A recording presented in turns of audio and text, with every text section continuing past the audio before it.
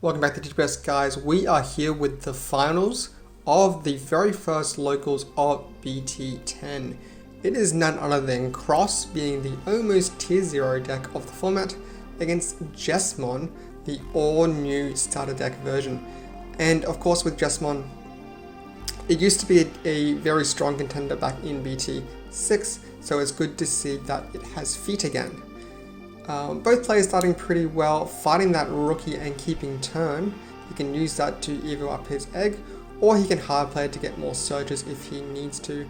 And the cross heart player has their Taiki already, which is really solid for them. Playing down that system and getting one more draw is super good, just to also set up another system in the trash.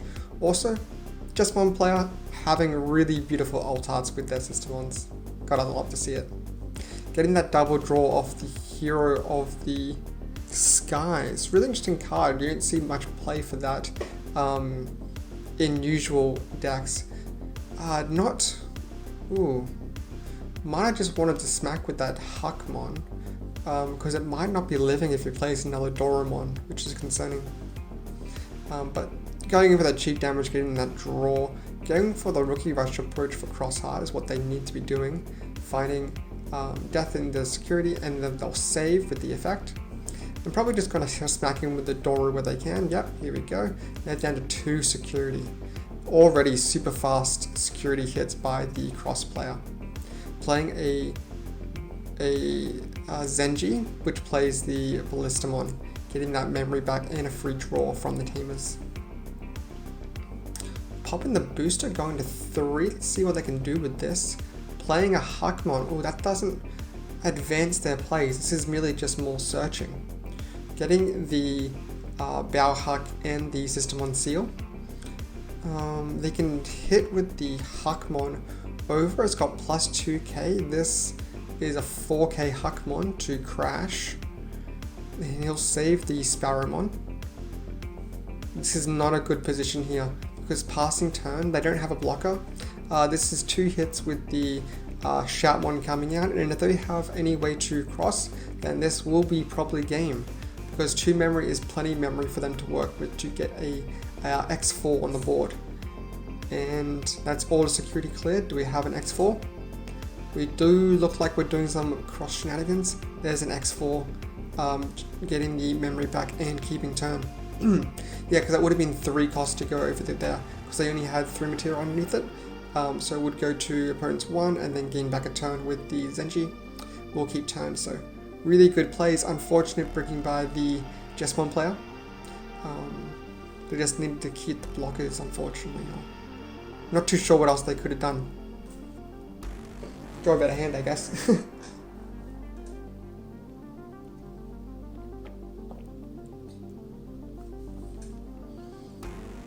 Alright, good plays. Already fighting the Taiki. Taiki is super important for the Crossheart deck, because if without the Taiki, you really won't be able to do your Crossheart plays. Already a very strong stack, and the memory booster will hopefully guarantee the Jesmon player to get into their Mega when they push out here. Pitching it, going to 4, plenty of memory to work with, either up into the Jesmon X antibody. This can play the Seal for free on Digivolving, getting back a memory, swinging, it'll activate the drawing effect of the Geary, use the Bow Huck to delete a Digimon and run over a Digimon too.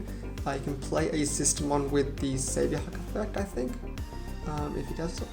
I don't think he has one, unfortunately, but he does have the piercing running over a Digimon. And of course, now playing the Solomon is a really good counter against Crossheart, because they can't reduce play cost, which is entirely what the Crossheart deck does with X4 or King Shout or X5. Playing the new option card to have a peek at top 3, fetching. Here's an interesting thing about that option card. It is counted as a Royal Knight card in its traits, so it can actually fetch itself. Really cool. A strange combo, I guess, if you want to get Pot of Duality off Pot of Duality for anyone who knows Yu-Gi-Oh terms. Finding the yellow tamer, Akari, and then just passing turn, having a look at another top 3, getting the Hakmon to go into the nursery next turn. Just playing it slow, don't want to give them too many tamers out of the security, because if they get too many tamers, they can potentially make a comeback. Putting the, I think it was Starmons back underneath the Akari. Again, they're trying to draw into their outs, not seeing the cards they need. This will probably be game at this point. I think they've got 3 security left. Sorry you can't see it there. Restanding, not too sure what to fetch here. Well, actually, I think the ruling here is that they have to fetch the Akari and then put the X4 in the bottom, because there are 2 cross heart traits on the board, but they can't add a tamer underneath the tamer. Yeah. So correct me if I'm wrong, but I think that was an illegal move. I would like to know, considering this is week 1 of Cross Fours format. So yeah. And then hit in with the Jesmon should be game after the Solomon, of course. Yep, that's last security, and Jesmon hitting in with the game. We'll go into game 3 here. Rather slow movements on both sides. I guess they're both bricking. Jesmon being a more towers orientated deck, they can be bricking because they need to find a strong lineup, and the Systemons can clog their hands.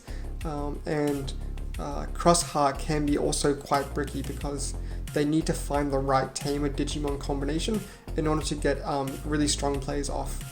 Say playing free Digimon when they play the right tamer.